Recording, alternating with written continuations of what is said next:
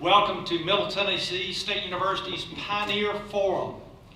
Today we're honoring former Blue Raider student athletes who came to MTSU at a time when the racial divide was just beginning to be dealt with in college athletics.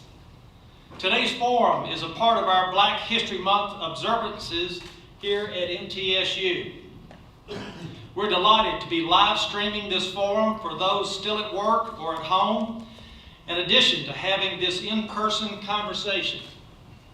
We will also place this video in our university archives. First, I'd like to just take a minute to acknowledge the presence of our university president, Dr. Sidney A. McPhee. Thank you for being with us today. I also noticed earlier at the lunch that our vice chair of our board of trustees, Darrell Freeman, has been with us today. It's great to have him here for this program. Next, I'd like to begin our program and take a moment to draw special attention to two men who were instrumental in bringing these pioneers to our university. In essence, pioneers bringing pioneers. In the 1960s, coaches Dean Hayes and Ken Trickey met here and formed a lifelong bond. They were also in sync in their feeling that the time was right to offer African Americans athletic scholarships to Middle Tennessee State University. Coach Trickey offered that first basketball scholarship to Art Polk and Willie Brown in 1965.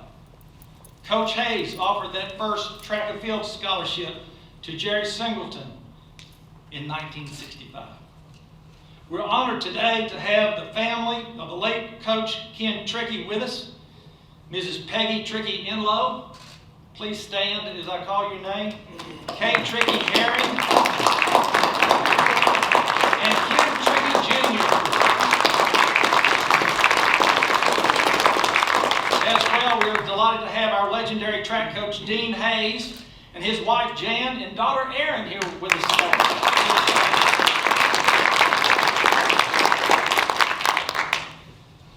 Next, I'd like to introduce our distinguished panel. Here, we will read a bio about each, but let's just, as you can see, going down the line, we have Ed Miller, Ray Bonner, Lonnell Poole, Terry Scott. Art Polk will appear via Skype from overseas momentarily. And we have Jerry Singleton, W Harper, and Beanie Secrest. To begin today's forum, I want to bring to light a gentleman who could not travel and be with us today. Robert Ballard was the very first African American to participate in athletics at Middle Tennessee. Robert ran track in 1965 as a non-scholarship athlete. He attended Murfreesboro's Holloway High School before coming to MTSU. He later left school to join the military and served his country in Vietnam before moving to Detroit, Michigan, where he resides today. Next up, Jerry Singleton, the first African American scholarship athlete at Middle Tennessee in any sport. Singleton from Chicago was the Ohio Valley Conference champion in the 800. Art Polk, who will join us via Skype, one of the first two scholarship African-American men's basketball players to sign with Middle Tennessee. That was also in 1965. He came to us from Kansas City, Missouri, having never visited the campus.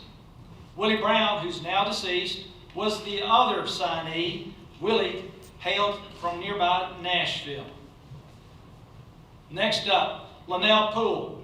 Lonnell signed with Middle Tennessee in 1966 and was the second African-American scholarship athlete in men's track. He was a state champion hurdler at Bloom High School in Chicago, Illinois. Poole started that outstanding hurdle tradition at Middle Tennessee. He also came here having never visited the campus. Next up, Terry Scott, the third African-American scholarship men's basketball player at Middle Tennessee. Scott signed in 1966 and also ran track for Dean Hayes. Terry was a star athlete in high school in Cleveland, Tennessee. Next up, W Harper, one of the earliest football Blue Raider African Americans. He was a redshirt in 1968 and played from 1970 to 1972. He also played 1 year of basketball on the freshman team. Harper grew up in nearby Shelbyville and was around the campus in earlier years in various summer programs before joining the football team in 1968. The next folks I'm going to introduce as a duo. I've heard that you guys have spent a lot of days together from childhood. So the duo of Ray Bonner and Ed Miller, the first two scholarship African Americans in football, signed scholarships in 1969, and both came out of Cowan, Tennessee. They would go on to become members of the famed Mod Squad, the defensive backfield here at Middle Tennessee, named after the then popular TV show of the same name. And last but not least, Mary Beanie Secrest. We're delighted to have Beanie here today. She played basketball and volleyball and ran intramural track at Middle Tennessee and was the first female African-American athlete in the pre-scholarship era from 1971 to 74. She grew up in nearby Franklin and is a loyal alumna, still staying heavily involved in Middle Tennessee State University. Let's give our panel a hand.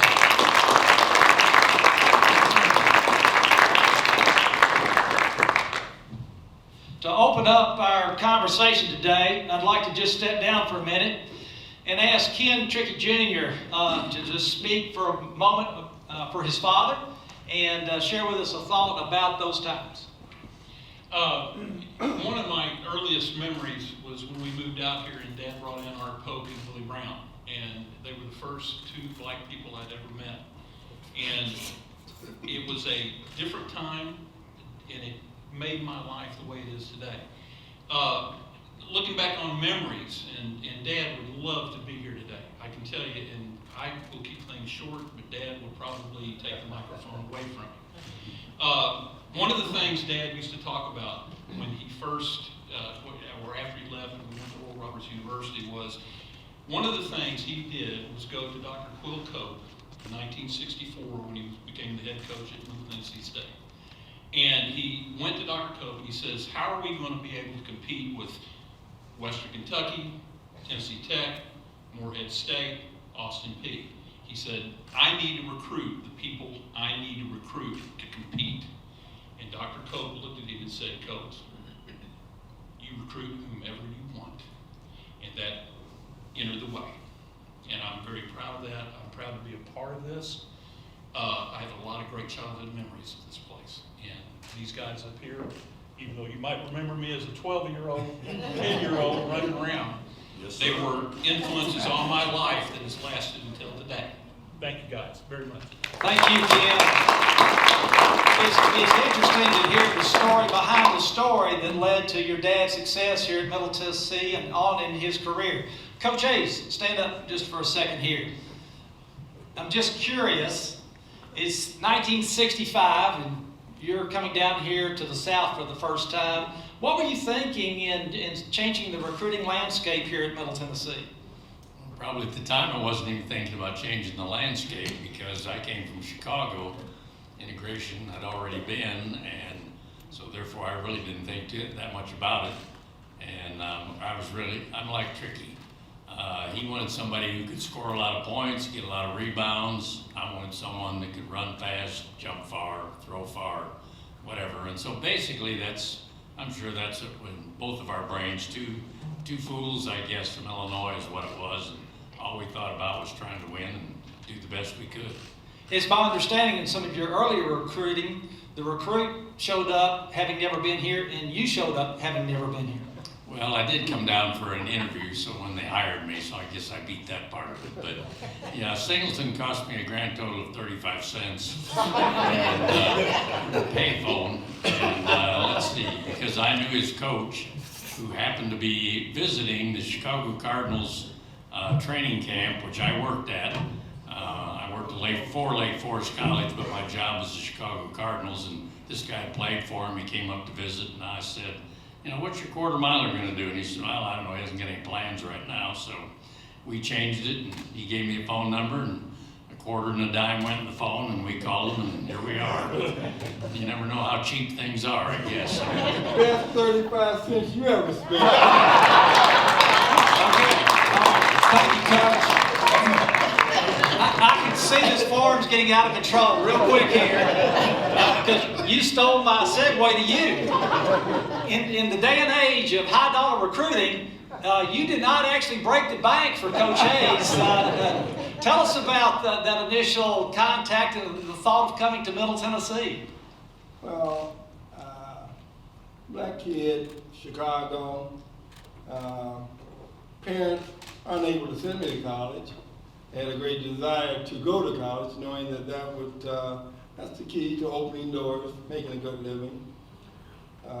Dean Hayes presented me with an opportunity for which I'm forever grateful, and the rest is history. Yes, it is, very much so, and significant history here at Middle Tennessee. Lonnell, talk a minute about your coming here to Middle Tennessee, and also my understanding is you had not made recruiting visits down here to size up the campus and the facilities and showed up here. Well, I eventually came down with Coach Hayes during the summer for, I think, a weekend. And he convinced me that, you know, this was the place to go. He assured my mother that he was going to take care of her. Everything went through my mother. That's the way it was. My dad was okay with things, but my mother was the one. He saw my mother at first. My mother thought he was another teenager and we were going to go out running around or something. So he had to convince her, and Mrs. Hayes was out in the car waiting for us and everything, and the young lady here was not born yet. So I came down, and hey, it's been great. You know, we always talk about what the head coach has done for you, but behind every great coach is a great woman. And Mrs. Hayes has always been a mother to us, and she got coming down here has been the greatest thing ever to happen to me. I've learned so much from Dean Hayes. He was my mentor, which I never really got around to telling him. I watched him all the time, and I wanted to be like him. You know, like they say you want to be like Mike, I wanted to be like Coach Hayes. And I hope, you know, I accomplished that. I still coach on occasion, but love it. This is the greatest place ever. Well, I hope longevity is in your family tree, because he's still going strong in his 80s. I hope that's in your family tree. Let's take a minute and pause and welcome Art to today's forum.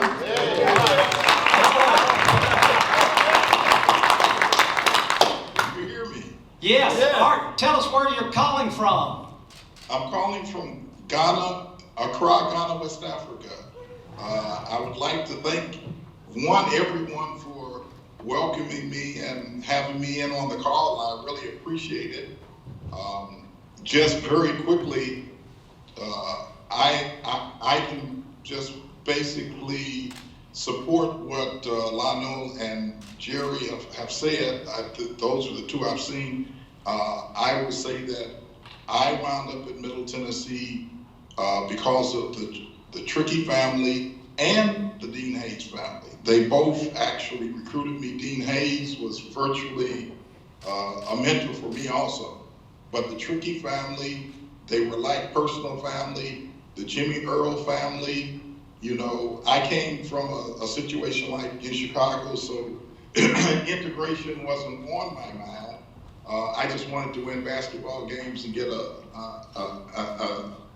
university education. So I never ever really dealt with a lot of the issues because all of my coaches, other than my varsity basketball coach, all of my coaches had been white before, so I didn't understand the color thing very well, and I never really got into it very much because it wasn't something new to me, so it wasn't a change. The adjustment was just adjusting to how things were at Middle Tennessee at that time. You talk about the capacity of people to change. I think I was the first one to live on campus. that summer. I came the summer of 1965. People adjusted to me, I adjusted to them. It took us about, a week or two, and I was comfortable. The people around me made me comfortable. So, the capacity to change I saw was very great because, we went from the mascot, the school mascot of Nathan Bedford Forrest to the Blue Raider over time. So things changed very rapidly, and I think that this is a tribute to Middle Tennessee State University from the point of view of the people I met, the people I got to know. I could go down the line from President Polk, Dean Weems, and I think Coach Hayes, because he was such a factor in all that happened around me and with me, and Mrs. Hayes too. Coach Hayes, his wife, his family, all of these, along with the Tricky family, made me feel very comfortable. And then obviously my teammates, Willie, he had a better idea of what was going on. I didn't from the point of view of integration. So my only interest was winning basketball games and periodically going to class. I wound up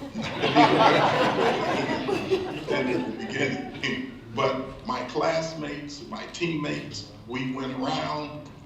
When the next players came in the next year, like Terry and Tommy Brown and Ken Rowley, and you just go on and on.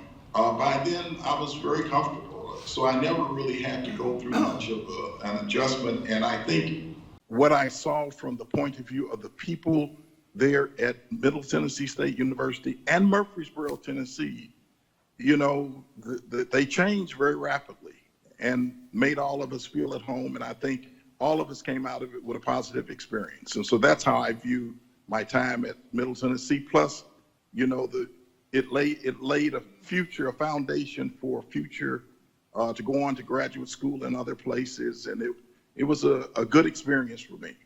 Fantastic. Thank you, Art. Now, feel free to give me the hi sign there on Skype, and I'll try and catch you out of the corner of my eye and get you back into the conversation.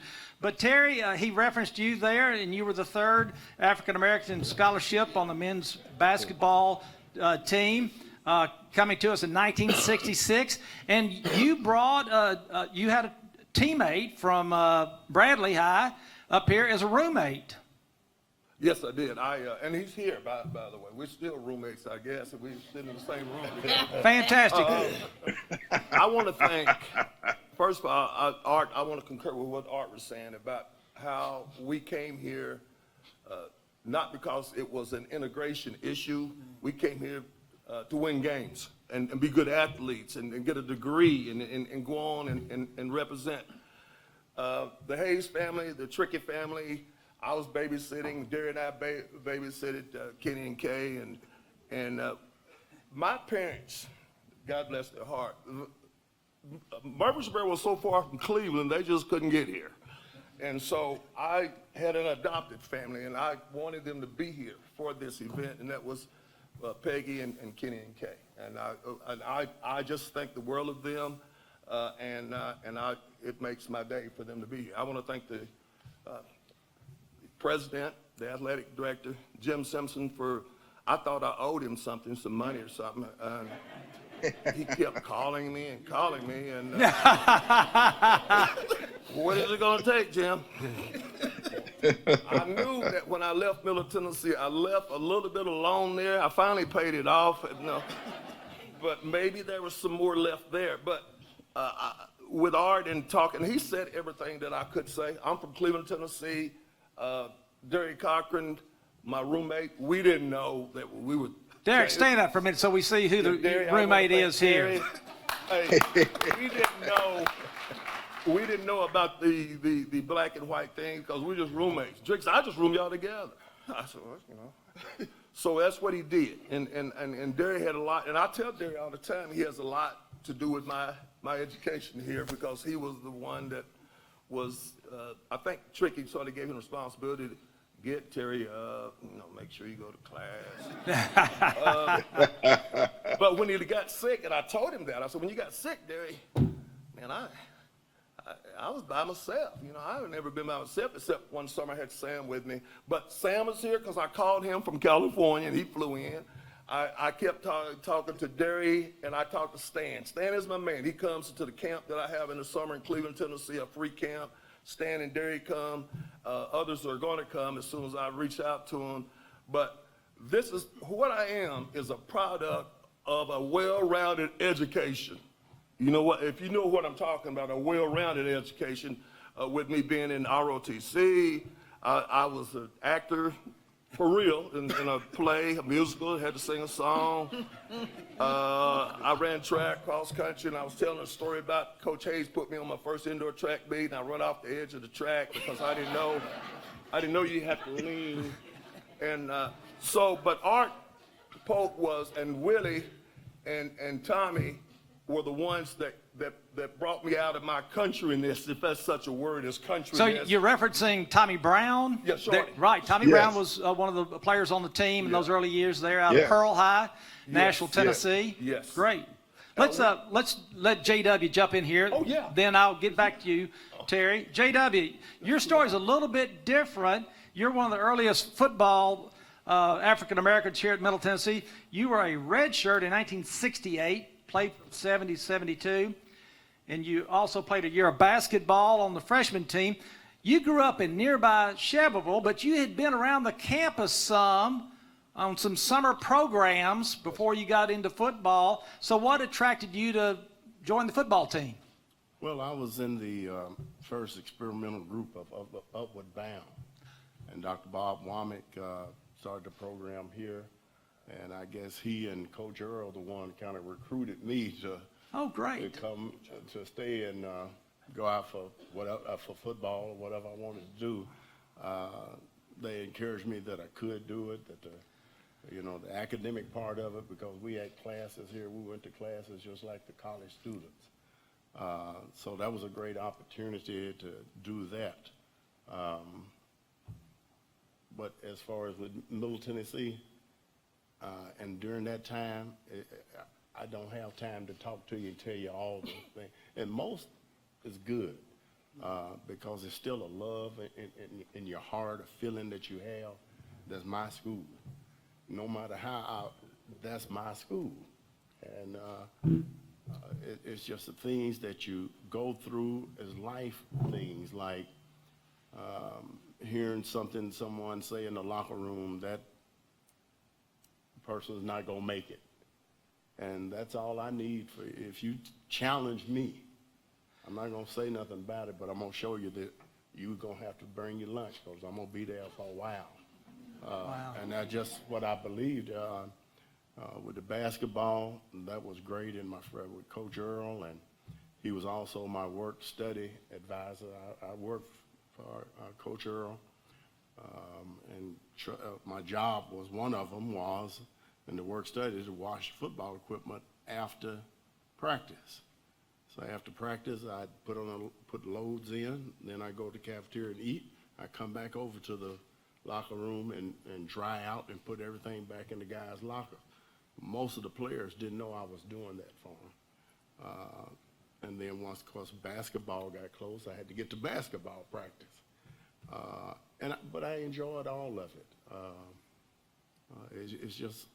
It's something I can't explain to people sometimes when they ask about, when I say Middle Tennessee State. Of course, that throws them off all the time anyway, because it's a long name. Right. So, but I loved it here, and going around today on tour, it's just simply amazing. And Well, I would JW, say- we're honored that we're your school. We're honored that you say that about Middle Tennessee State University and that we're your school.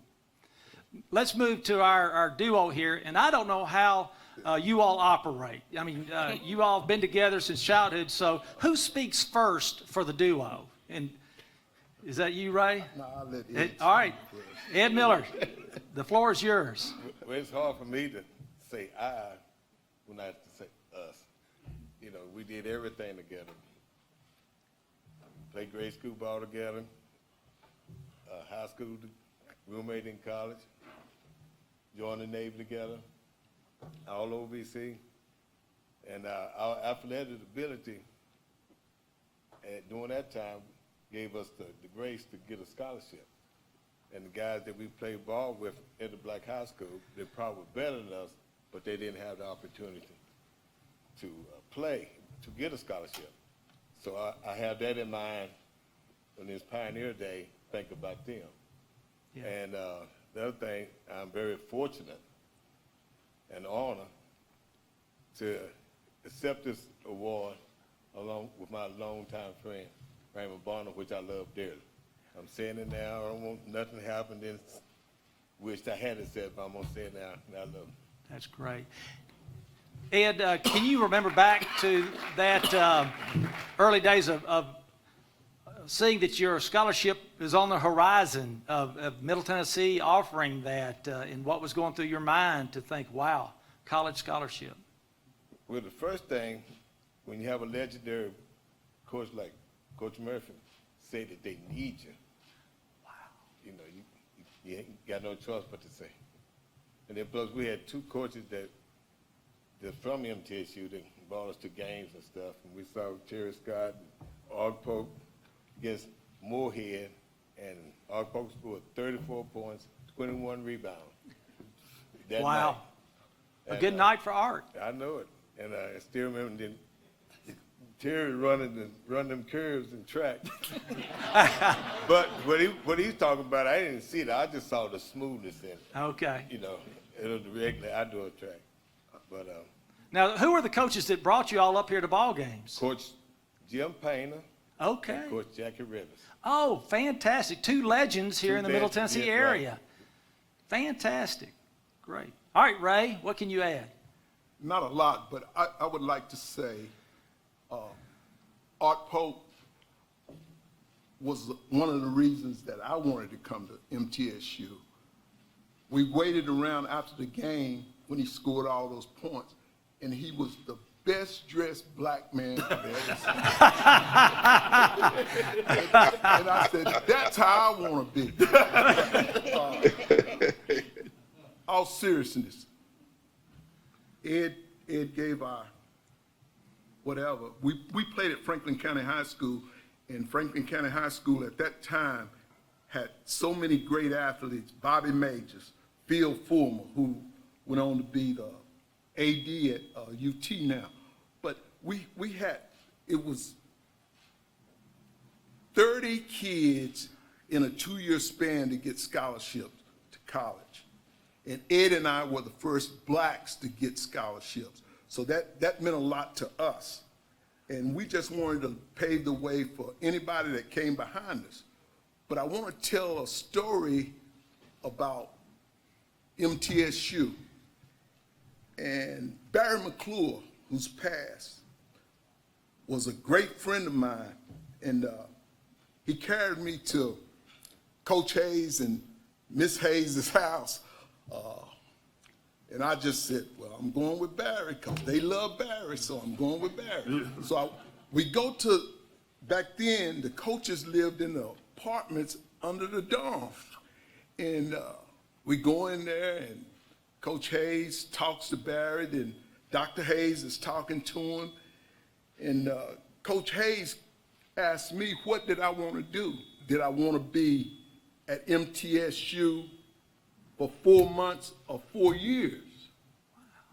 And I said, what? What's this man talking about? He's crazy. But as we were walking away, I asked Barry, I said, what did he mean by 4 months and 4 years? Barry said, if you don't get your lesson, you're going to be gone in 4 months. You're going to be here for 4 years, you're going to get your lesson.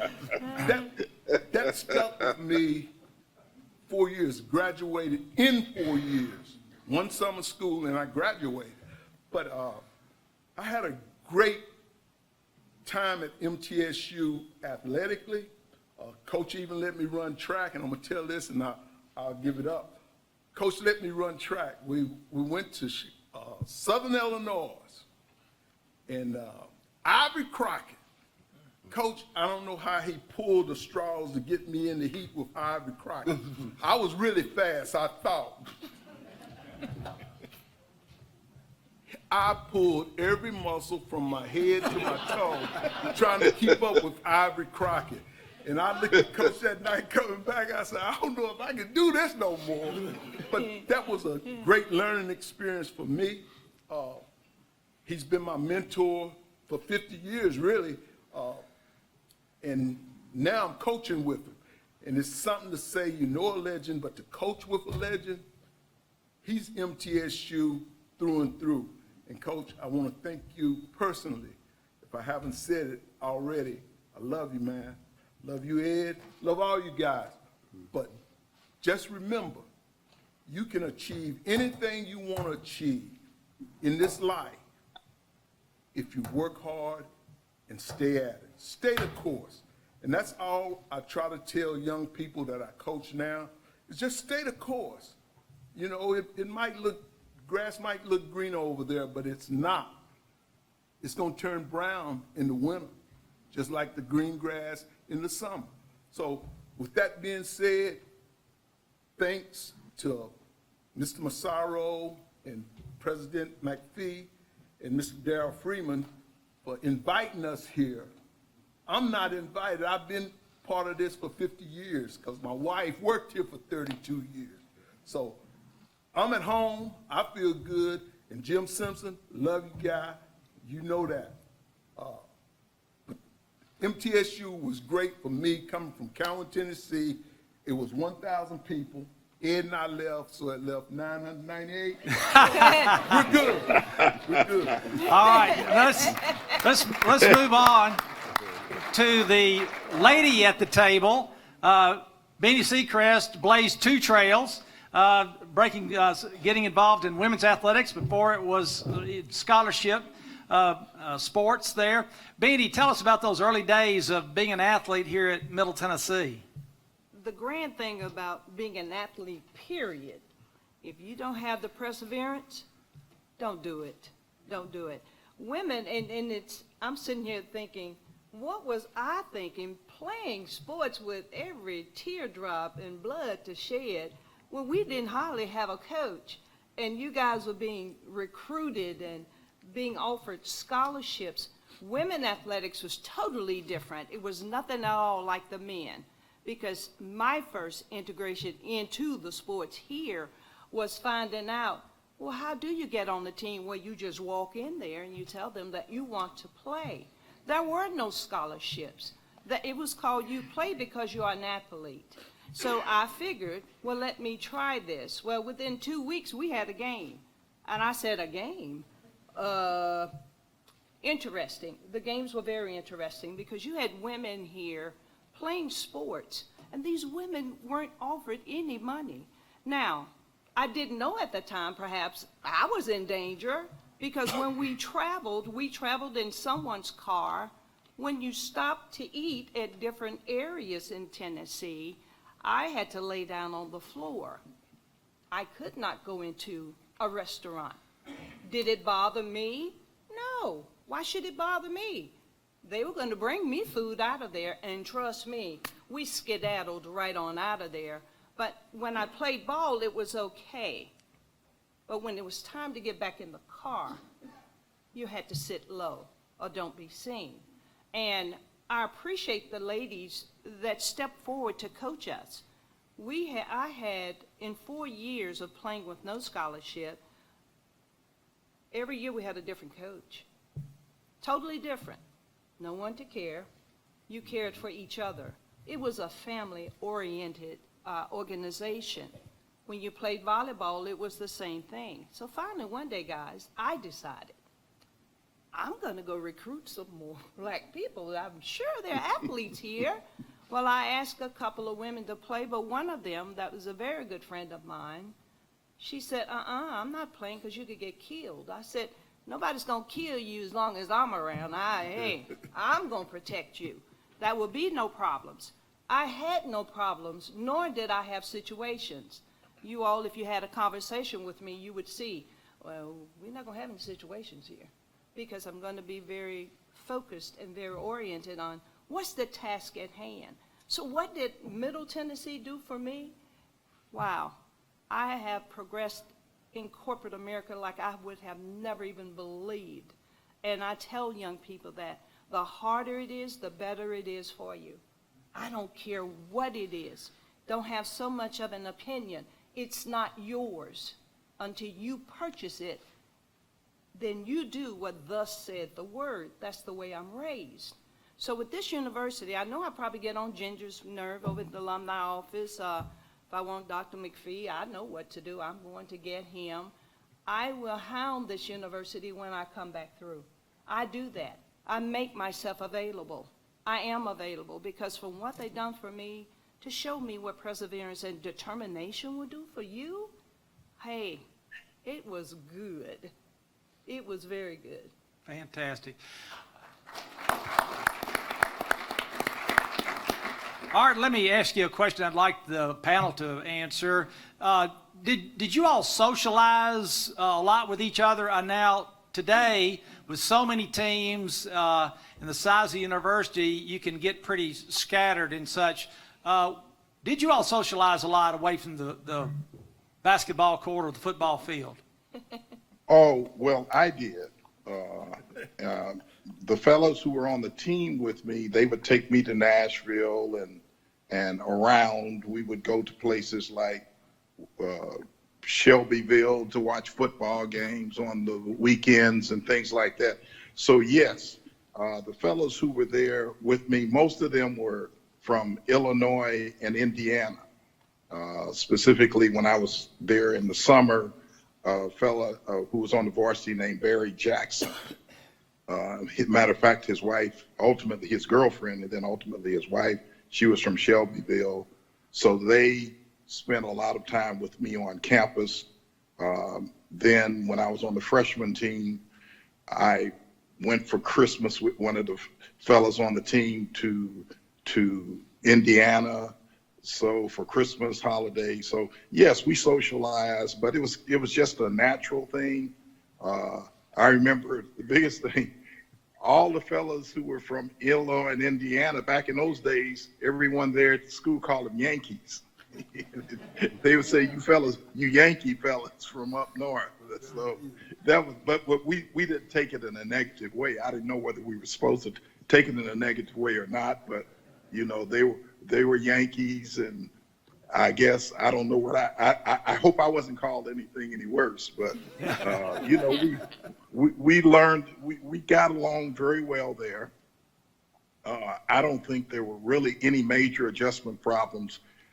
Jerome and I, we were roommates our freshman year. So every now and then we'd have a sign on our door that we had to tear down and, you know, periodically. So Jerome, you know, it never fazed him. You know, nothing ever fazed Jerome. So, but, you know, we had incidents here and there, but basically we socialized very well, and it wasn't a difficult thing. As I said, the coaches, we had a lot of support from the coaches, the Tricky family, the Hayes family, the Jimmy Earl's family. We had a lot of support from that point of view. So we had very little difficulty, and we had a very good social life. We got to know each other because those were the people you leaned on. You leaned on the people who were closest to you. So because we had those outlets with the families, everyone felt at home, you know. And then on campus, the adjustments were very quick. You know, people became friendly. If they weren't used to, you know, Black people, they became used to them very quickly. And I think that is one of the reasons why that Middle Tennessee area, the whole regional Middle Tennessee area, is very welcoming. And that's why I think you have a lot of the automobile companies there that set up in those areas because of the fast social adjustment, which then led to economic development and economic activity, which I think helped the area to grow and develop even quicker. So I think, yes, we developed relationships among each other, and that was across the board. Terry, does that go for you too?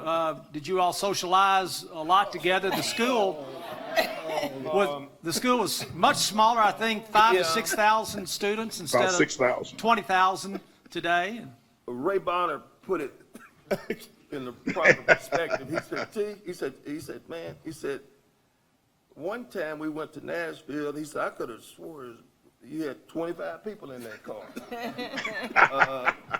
I think Art had a car and Sam Yes. had Willie had a car. and Charlie was going back and forth, so it would just be on campus on the weekend. It was me and Art, and well, Willie would go home too. So it was just me and Art with cars and in basketball particularly. But I want to thank Art for being there for me, and he's still. When I went to Oral Roberts with him, he still was there as a mentor. He was a mentor for me. And Coach Earl, we were talking about in stretch. We were talking about. I turned the ankle my last year when Coach Earl took over, and he taught me or got me back into the defense we played in high school, that 1-3-1. I don't know if y'all remember the 1-3-1 or not, but Coach Earl got me back into that and taught me the defensive part of coaching. And I didn't know. When I left Middle Tennessee, guys, except Art or somebody else, I didn't want to, coaching wasn't in my future plans. But when I left Middle Tennessee and Art was already in Tulsa and the Trickies were already in Tulsa, and then I come out there and then they had one little small thing that you had to do in order to work at Oral Roberts University. You have to coach. Little thing wasn't told me that. I mean, that wasn't part of the transition. But Coach Earl was there for me and his family and his wife, Frances, I was sorry to hear about Frances. And, but Art was right. It's that socializing was what because there was not any theaters or other activities to go to, so we made the best out of what we had available to us. And being close to one another and having mentors like Art around, because when I was running track and Art was here, he was the one that told me that I was good at that. You know, like I said earlier, my parents ever came to Murfreesboro to see me play or run anything. But they knew that I was well taken care of with the Hayes, the Trickies, and the Earls. They knew that I was in good company. And I was driven by that. I wanted a degree in something besides PE. So I changed it to business, non-educational degree. And then I had to go back to school. But I think that once you prepare yourself and you get your education and you go and the maturity will finally catch up. You know, I mean, I was not as mature back then as I am now, but I did get a degree. I am alumnus of Middle Tennessee State University. Hey, Jerry, you arrived on the scene and quickly you became a champion in the Ohio Valley Conference. Coming down here, did you expect to just rise to the top in OVC track and field? No, expectations were to just acclimate to my environment, stay in school, get a degree. The success just came out of necessity. The more successful you were, strangely enough, you were treated a little differently amongst the other athletes. Art, Willie, myself, we bonded out of necessity. On a Saturday or a Sunday or a Friday evening, no sense in you sitting over there mad because there's no one else to talk to but me. That's Jerome. That's great. Lonnell, you also came here and excelled quickly in the hurdles and such. What was that experience like to arrive here and just rise to the top? Well, it was great because, like I said, you had real good teammates, and I didn't experience the same things that Jerry did because he was here before me. So a lot of loopholes and so on, he kind of guided myself and a couple of guys around. But as far as the experience of competing here and so on, it was absolutely great.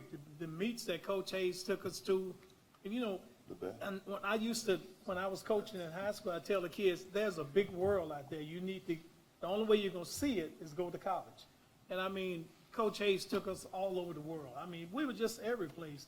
Never had one incident. So when you start talking about black and white and stuff, that never appealed to me because it's never that situation. I came from a school, I'm not from Chicago, by the way. I'm from Chicago Heights, which is it's a 30 miles south of Chicago. It's a suburb, okay? But most of the time when I tell somebody where I'm from, all they hear is Chicago, and boom, that's it. But I came from a school, of course, we were integrated. We had about 8% black when I was there, and, you know, Hispanic, and most of them were Italians and stuff like that. So, and to come down here, I didn't see anything was wrong. I mean, everything was cool.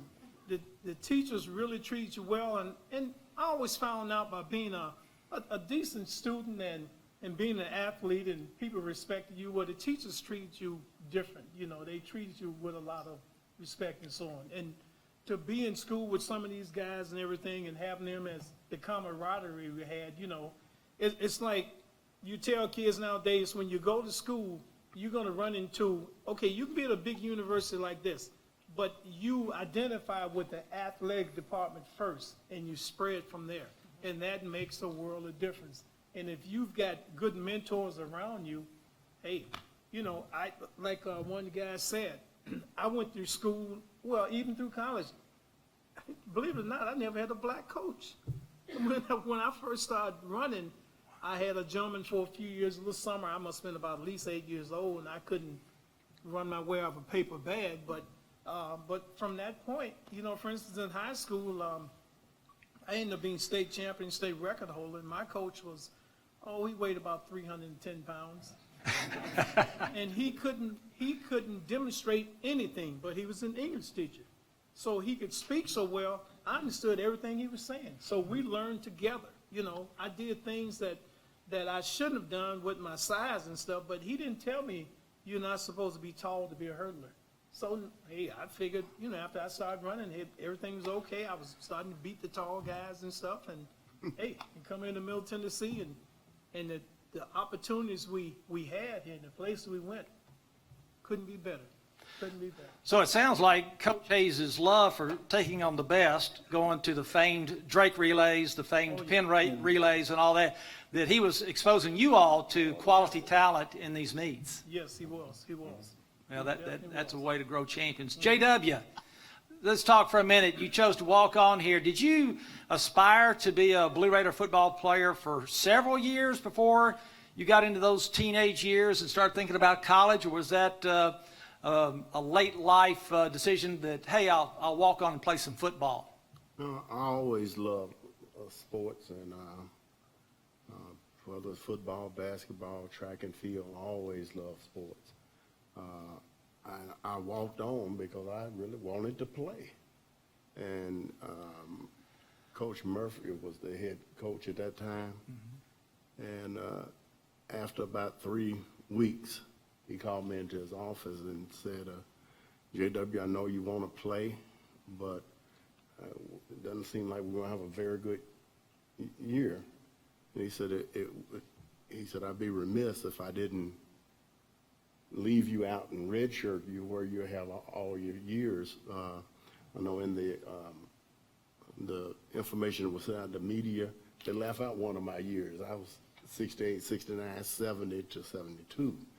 I didn't. Duly noted. Yeah, that was. Get that in there.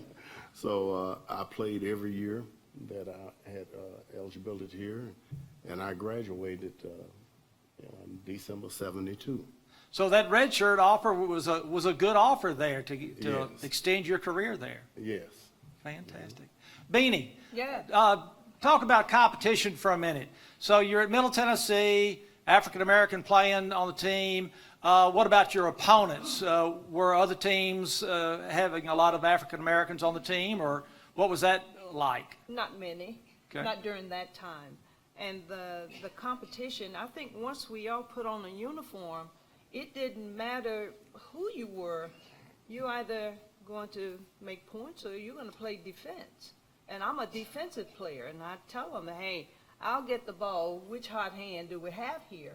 But other schools that we played against, you didn't see much diversity at all. And it didn't matter to me. I just wanted to play ball. And that's exactly what I done for 4 years.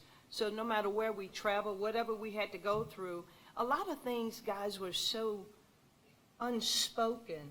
Like they knew to protect Beanie, but Beanie didn't know she needed protecting. And that was good. That's very good, because I can't say I would have been afraid, because fear will kill. That's what my grandmother used to tell me. Baby, just go do what you're supposed to, and don't ever be afraid of things. You've convinced me you would not fear. Oh, no, I'm not going You've convinced me. I'm not going to fear at all. Right. But no, you didn't see much diversity.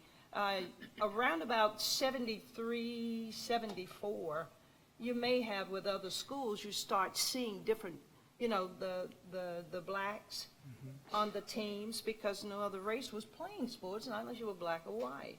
So I really didn't even pay that any attention. It didn't matter. I had a love for the sport. Help me a little bit understand the opponents. The OVC did not take on women back in the 60s and coming into the early 70s. So who would be some teams you all would face there in your games? We faced one team that and one game I can really remember was Belmont. Okay. And we were playing against someone that I played with at Franklin High School, but yet and still I wasn't good enough at Franklin High School because they were still going through the little integration thing. Again, all I wanted to do was play ball. When I found out we were playing Belmont, wow, they had a horse, and one of them came from Franklin High, and I said, I'm getting ready to take her down tonight. And that is one game I scored the high points. And she couldn't get the ball because I knew what she was going to do. I knew how to come and take the ball away from her. It didn't even matter. The only game I can really remember was that one. And we beat Belmont. Middle Tennessee State University, this little small school, we defeated Belmont? Oh, give me a break. I never let her live it down. And I graduated high school with her, too. That's fantastic. Yes. Fantastic. Ray, Ed, share with us a little bit about this Mod Squad group. Name the other participants in that group that did a great job in our defensive backfield there in the early 70s. Talk to us about that group. Did you start it, Jim? No, Jim Freeman. Oh, Jim Freeman. That's the late SID here at the university in the 60s and 70s. Yeah, we was all sophomores, and it came out 2 blacks, 1 white, and 1 blonde from the bottom. That was Ray Oldham.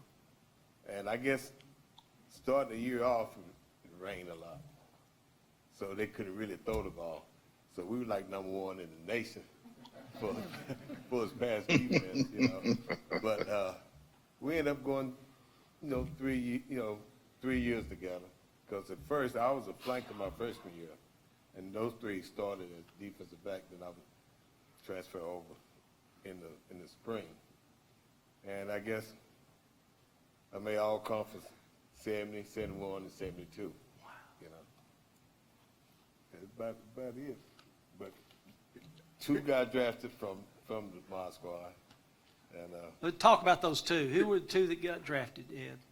my lifelong buddy here, Okay, Ray got drafted, and Ray Oldham. Ray Oldham did. I could have signed free agent, but I was kind of mad because they got drafted. I didn't get I should have been there. Why didn't he get me, But I knew after the draft was over with, then I started getting called. Then I said, hell with that. I'm going to do the talking myself.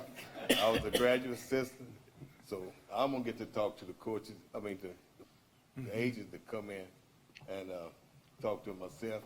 I was going to try to sneak on with Coach Hayes and learn how to get faster. There you go. Ray, what can you add about that? Couple quick things. Sure. Mike Finney, Cortland, New York, he was a Yankee. And Mike's here today? There he is right there. Stand up, Mike. Stand up, Mike. Dick, Richard Dick, right there. He played in the secondary with us. He a Yankee. Where's Summerall? Stan, Stand up. back there.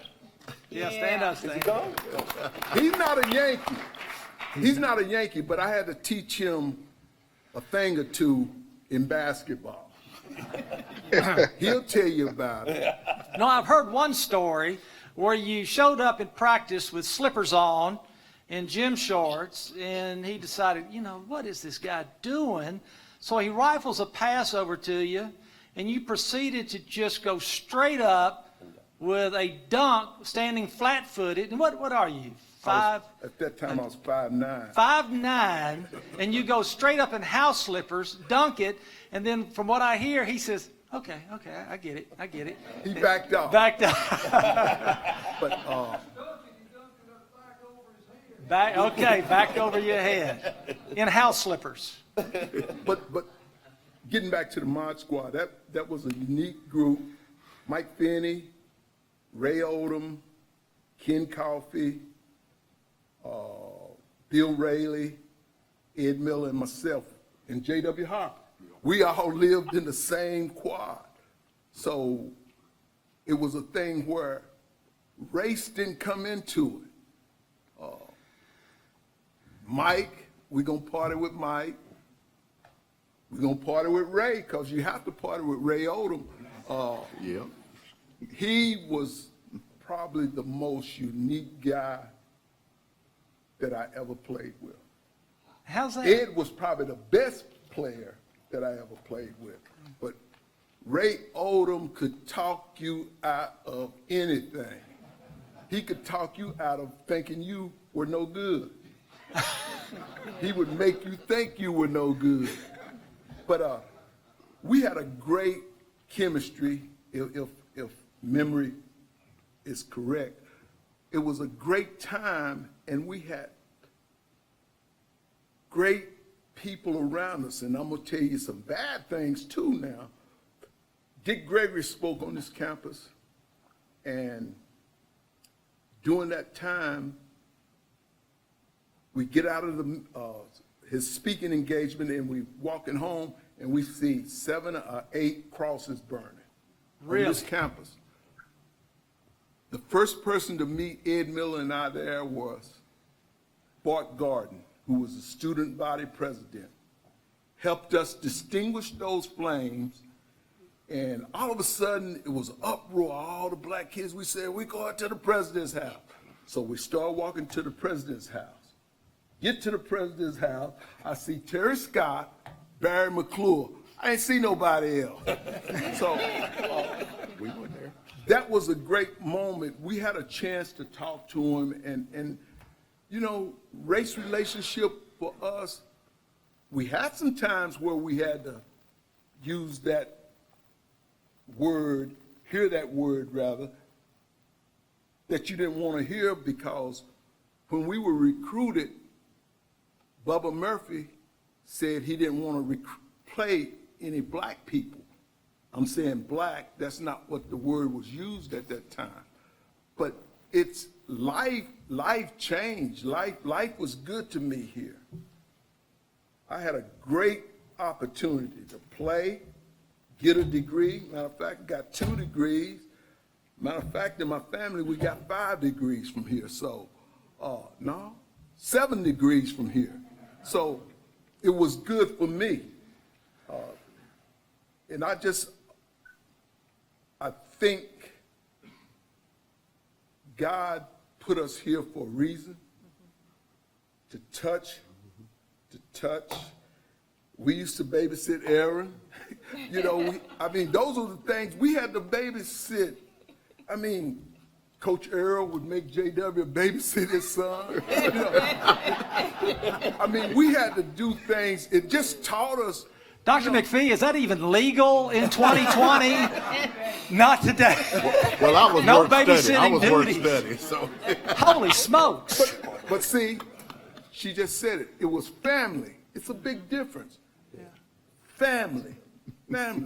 Everybody was family. Jim Simpson was in the bookstore, running us out, was trying to get you know. It was family, and we still can speak to each other cordially now. So it's just family, man. You gotta love people, no matter what the color is, cause there's some people of color I don't like, and there's some other people I don't like either. But it's people, and you gotta love one another. And I'm glad to see my pastors here from my church. I just, you know, that means a lot to me because I share things with him that I wouldn't share with anybody else. And for him to show up in this setting, that means a lot. And guys, God is love. That is good. And as long as you love somebody, you can love God. And God is love. Thank you, thank you.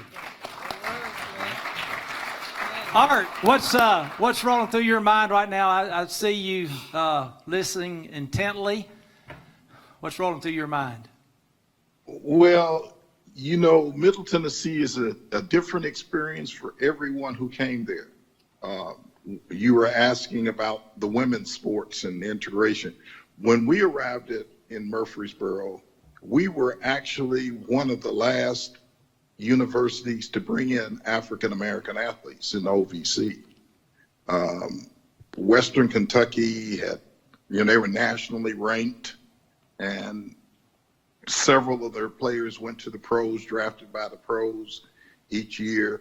So we were one of the last basketball teams in the OVC to integrate. So resultantly, wherever we went to play, there was never an issue with race because there were black athletes at all of the other schools we played against. So that was never really an issue. For us, I guess just going through the initial, I guess, the campus getting used to us. Jerome and I guess because of our prior experiences, you know, we were more focused on what we were there to do as individuals. The school adjusted very quickly. I was dealing with the administration from the first summer I was there because of some of the adjustments that had to be made on campus. So I dealt with President Polk. I dealt with the Dean of Women at that time, Martha, I can't remember Martha,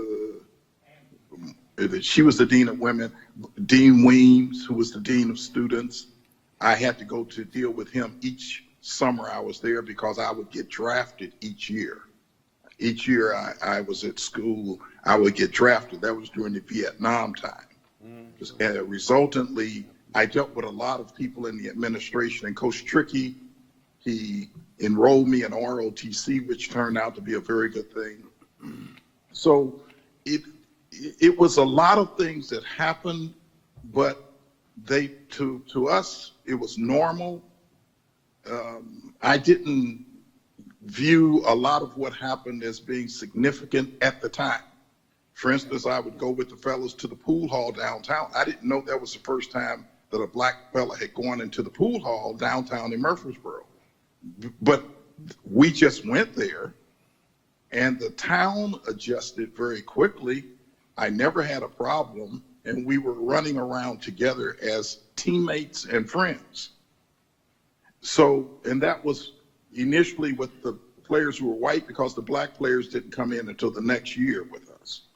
So by the time Coach Hayes brought in the rest of the students, Lonnell and all of them, and Barry McClure, all of those students, Ray Bonner, Ray came late.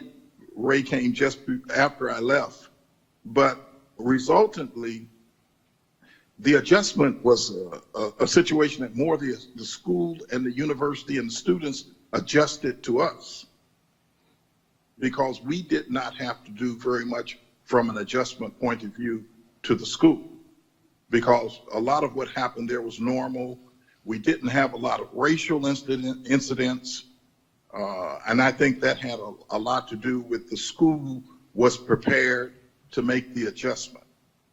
And integration, as opposed to what a lot of people feel that integration was good for the African Americans at that time, because that was what integration was. that African Americans were coming into the larger system. But in fact, integration is good for the larger system. No one had to tell me that I could play basketball or I could go to class and I could read and write English and do quantitative analysis. That I already knew I could do that. So for me, it wasn't an adjustment. But I think for the larger community, it was an adjustment. But then that's ultimately what developed the Sun Belt, because I saw the Sun Belt develop during that period of time.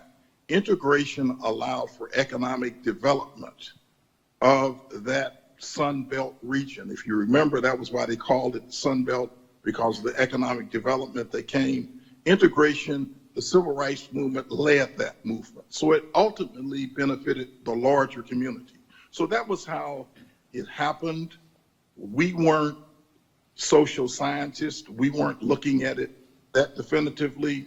But after I went on to graduate school and studied the political economy of that region, then you started to understand that integration was good for that area, economically, socially, so that I think Middle Tennessee was able to take advantage of what it went through quicker than some of the other areas. So I think it was just good for everybody all the way around, better for some than for others, a bigger adjustment for some than others, but ultimately I think all benefited from it. So it was a good experience for me, and I'll always be thankful for the experience. Thank you, Art. Thank you.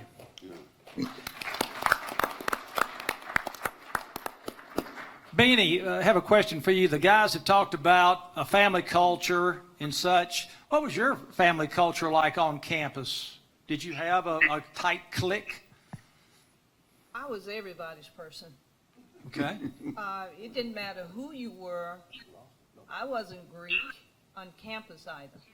And I can get along with any and everyone. And people knew that too. I had no problems with anyone. If you were Greek, you're Greek. I don't care. I'm just trying to find out where's the party, who's going to help me with my homework, who's got a car at the time. Did we have 25 cents for a gallon of gas? I would charge people to ride in my car. Where you want to go, you got to give me 25 cents. You didn't have any money. Halfway there, I'd lean across them, open up the door, push them out, get them out. If you don't have any money, you can't ride in the car. So I considered myself, just a little everybody's person. It didn't matter what color, even to what degree it was. There were no issues, the guys, they would run to Nashville and we would be here whenever they came back, I guess. I really can't even remember. But whenever we all partied and had a good time, everybody was just together. How about that? Yes. Even in our dorms, it didn't matter who you were. Fantastic. I got along with everybody. Great. All right, you all still have a long afternoon and evening reception and ball game. Before we close down the panel, do you have one more comment that you've been waiting to say that I didn't ask you that question? Yeah, it'll be all right. I'll turn off their mic. Ed, you got anything? And I'll skip Ray. No, you didn't No. skip him. Ed's good. Ray, any last comment before we move to the next phase of your day? See, Art is back, so. Yeah. Yeah, I'm back again. All right. Anything you'd like to say in closing to this group? Just like to say to this panel, it was great. We have to do this more, but we also have to do more for this university. Amen. Yeah. Fantastic. Because they gave us the opportunity to have a better life. And everybody here on this panel has had a better life because of MTSU. So, Jim, do you have your donation cards ready? Okay. City Club donation cards. that's right. Right. All you guys got a varsity letter and a jacket. Yeah. See Jim Simpson afterwards. Get a new jacket? And Yeah, new jacket. and the bra for all you guys. I know you got good money, Mike. Blue Raider Athletic Association. Yep, great. Lonnell, what about you? All I'd like to say is thank you, Middle Tennessee. That's all I got to say. It was a great opportunity, and I appreciated the 5 years I was here and just loved it, and God bless the university, and thank you very much. Thank you, Lonnell. Terry? Yes. All my conversations, or all of our conversations, was about athletes. But there was another group. Now, that's another forum. Yeah, but I think when I want to acknowledge that group. I've got Dr. Bill and Lucille Phillips from Chattanooga that drove up, dentist, and the retired dentist.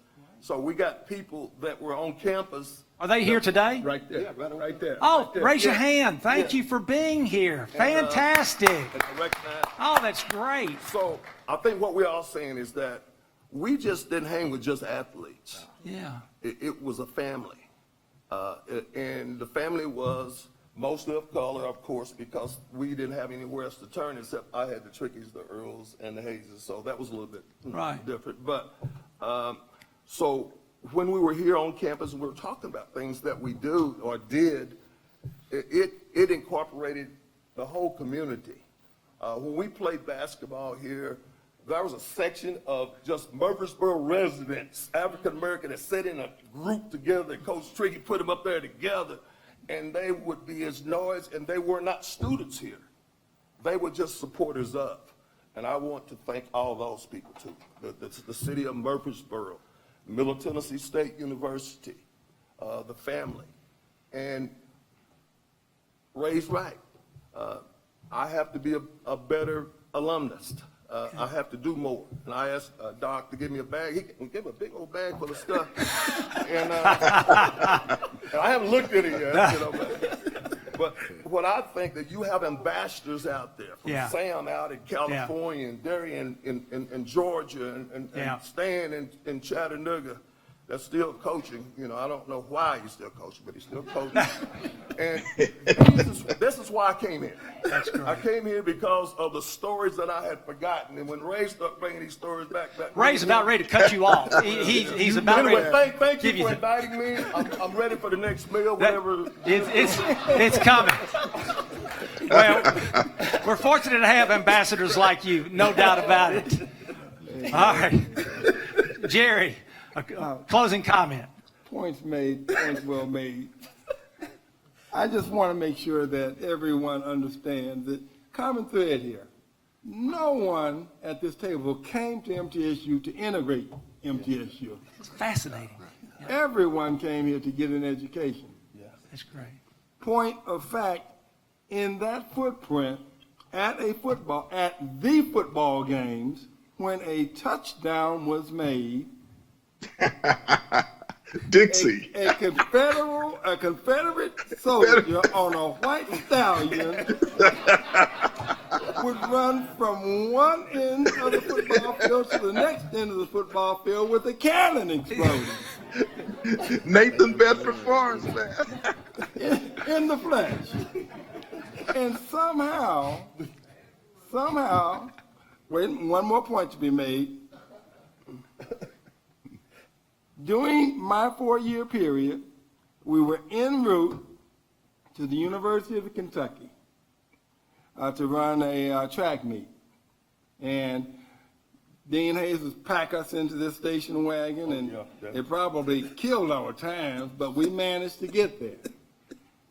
Listening to the radio, they announced that Martin Luther King had just been shot. I'm the only black person in the car, which was no big deal. But I said, all hell. All hell is getting ready to break loose in this country. By the time we got to the hotel rooms, all your major cities were just in flames. When the meet was over, I couldn't come back into the state of Tennessee. Because I was an out-of-state, they shut the state lines down. I had to fly home. When I got to the airport, they had a curfew in the city. And I'll never forget it. Took a cab at Stony Island. No traffic. And when we were going down Stony, a Jeep pulled in behind us. Followed the cab for a minute, sped up, 2 men in the front seat, a man manning a machine gun behind him, and I started crying. The magnitude of what had happened just came down all of a sudden. Within that footprint, MTSU, and then, well, with those that had the wherewithal to bring us all here, integrated a school, brought black and white kids together. A lot of white kids had never attended an institution with black kids in attendance. A lot of blacks had not attended a white school. Not one single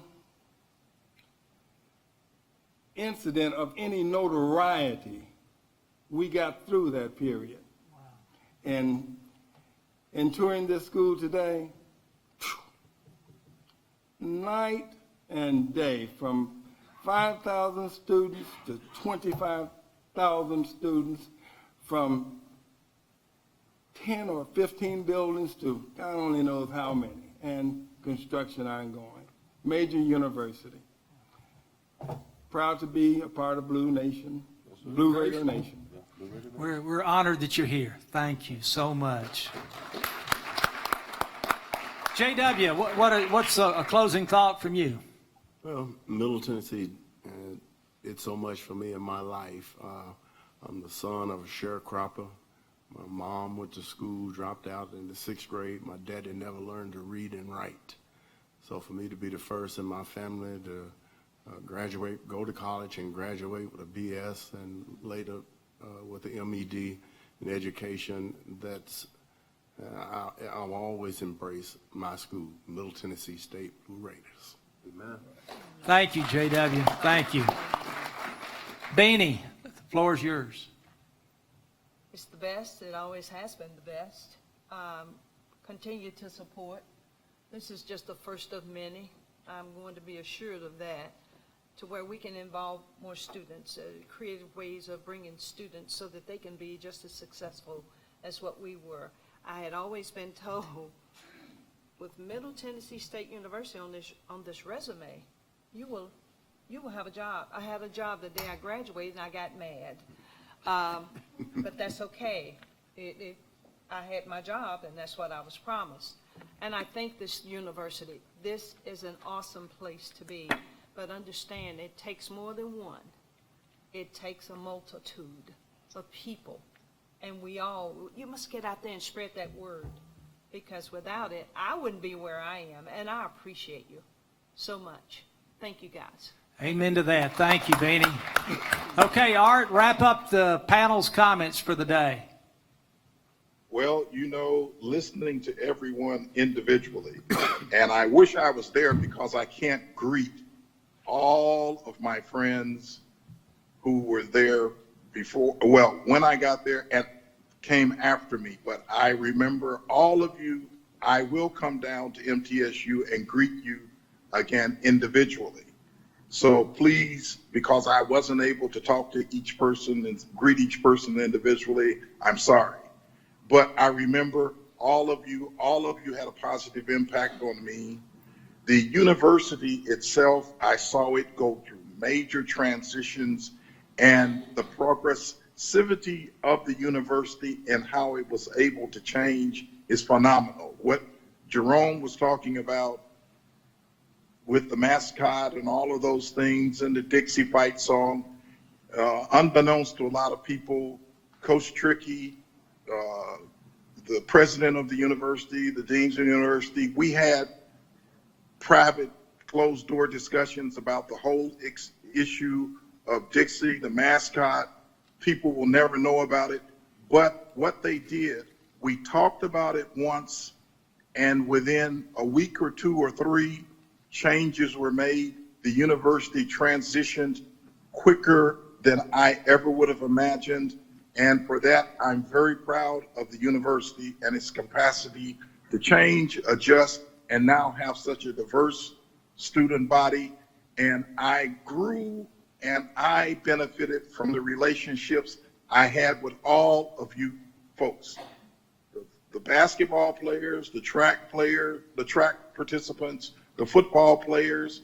And this was prior, the football team didn't change until Ray and those fellas came in. But the players who were there, when I was there, some of them were very, very good people, and I became friends with them, and I kept up with them from outside. The internet now allows me to do that, but I'm very proud of having been a part of the Middle Tennessee State University history and program. Thank you so much, Art. Appreciate it. Thank you. As we wrap up today's program, I'd like to ask Ken if you've got some closing comment for the Trickey family. Again, we thank you all for making the trip here and honoring this day. I'm just very honored to be here. You have to understand, I have a childhood memory of most of you guys. And you guys, I had a person today apologize, said, we really treated you bad when you were little. And I said, well, I don't remember. All I remember is how much of an impact when I met all of you, to be a part of this place, even as a child, even though I'm not an alumnus, to be a part of this is an unbelievable honor. Remembering Art Polk when he first came to campus, and I don't know if he remembers this or not, but he came into our home in Jones Hall, and Yes. I looked at him and I said, and I'm like 8 years old, and I go, why are you black? And he goes, because God made me that way. And that stuck with me to this day because of that, because of these guys coming in, and what my dad did and what Coach Hayes did made me the person I am today. And I just can't tell you how much I appreciate being able to come here and speak on behalf of my father, because he would have loved to see everybody in this room. And he wouldn't have shut up either, because he loved to talk. And in fact, that's where Terry got his gift again. Yeah. Now we know.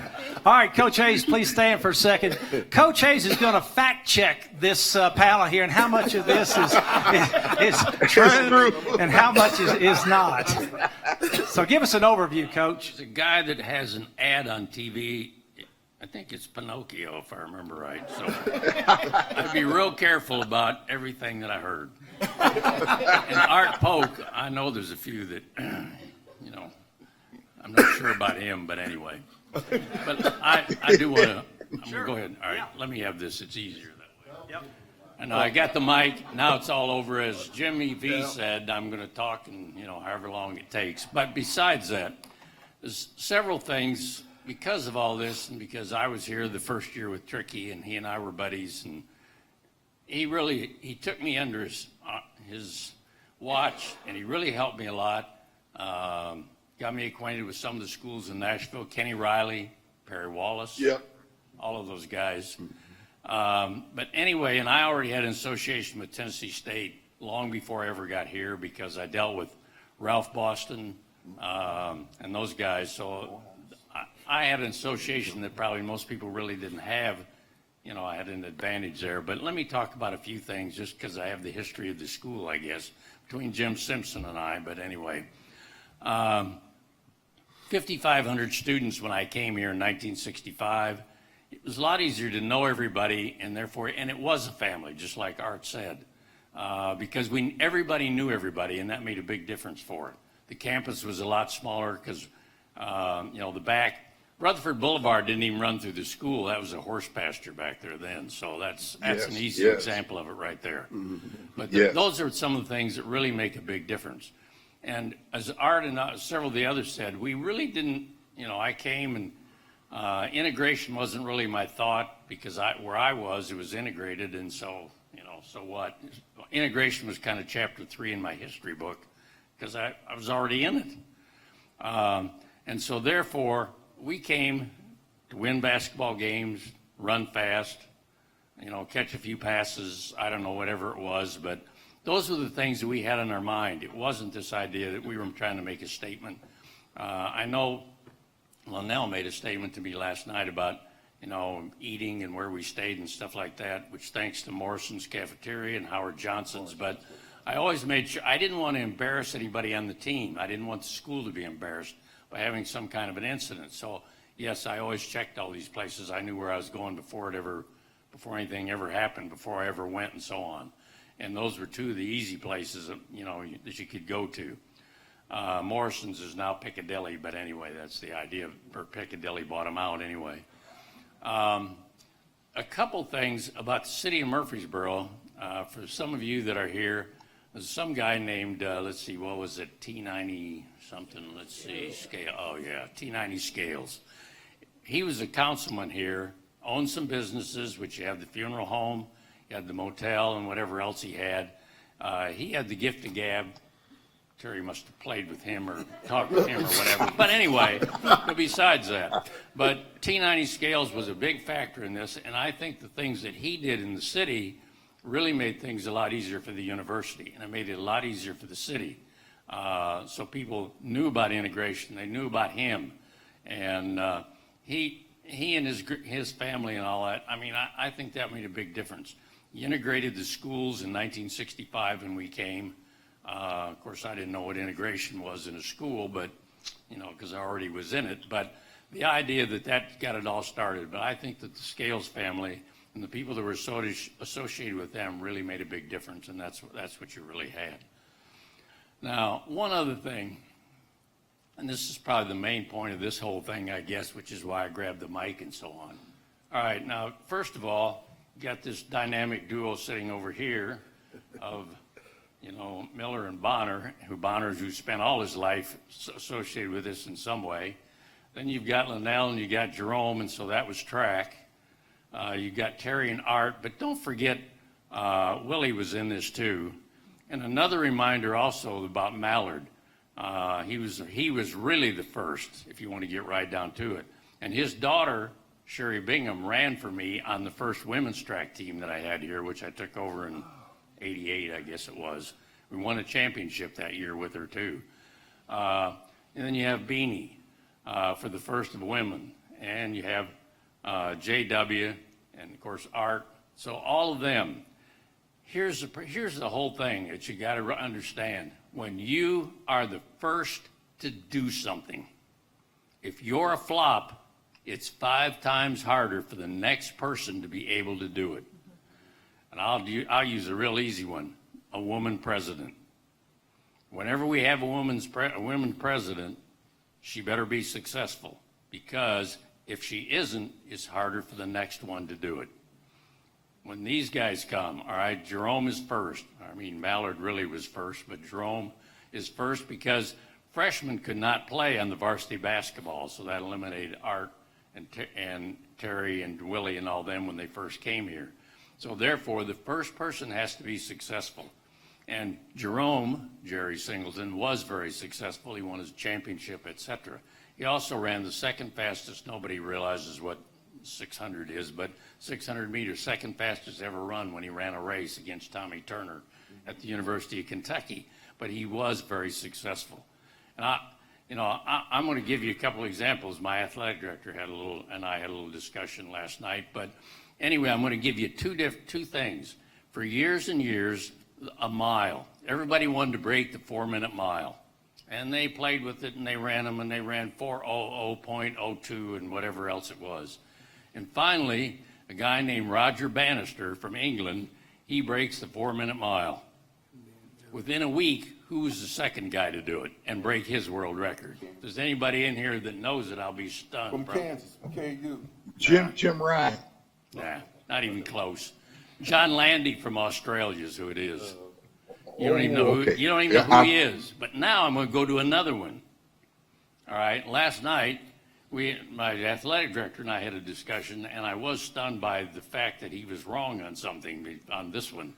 But, all right, who is the first baseball player in the major leagues? I don't care who it is. Who's the second one? No, Larry Jackie Doby? Robinson's first. And Larry Doby is who's the second. Larry Doby.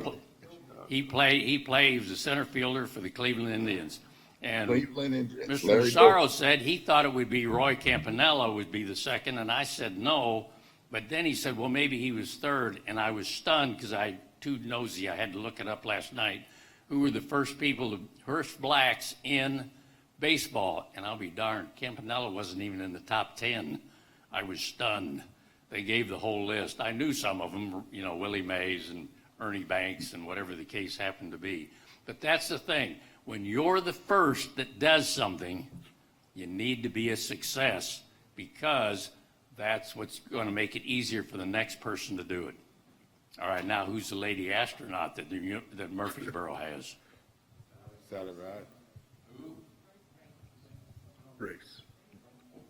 Ray said. Yep. First astronaut, female astronauts, which therefore will make it easier for the next one. And my last point is, thank you for all of you coming, being part of this, because this thing is historic. Now you're a first, so therefore make the most out of it. Thank you, Coach. Thank you, Dan. And it is very touching to hear these folks talk about you being here and these personal connections that date back to those days. And that's very impressive. Thank you for traveling up here. So your day can continue if you would like to have a chance to talk to these folks. 5 o'clock over in the Hall of Fame building will be a reception. Come over, continue the conversations, and then please come to the game tonight. At 6:30, we play North Texas, and at halftime, these are our honored guests at tonight's ball game. Thank you so much for being here today. Thank you. Thank you. Art. See you, Art. Thank you very much. Take care. Thank you, Jim. Say hello to everybody that I couldn't say hello to individually. Greetings from me to you.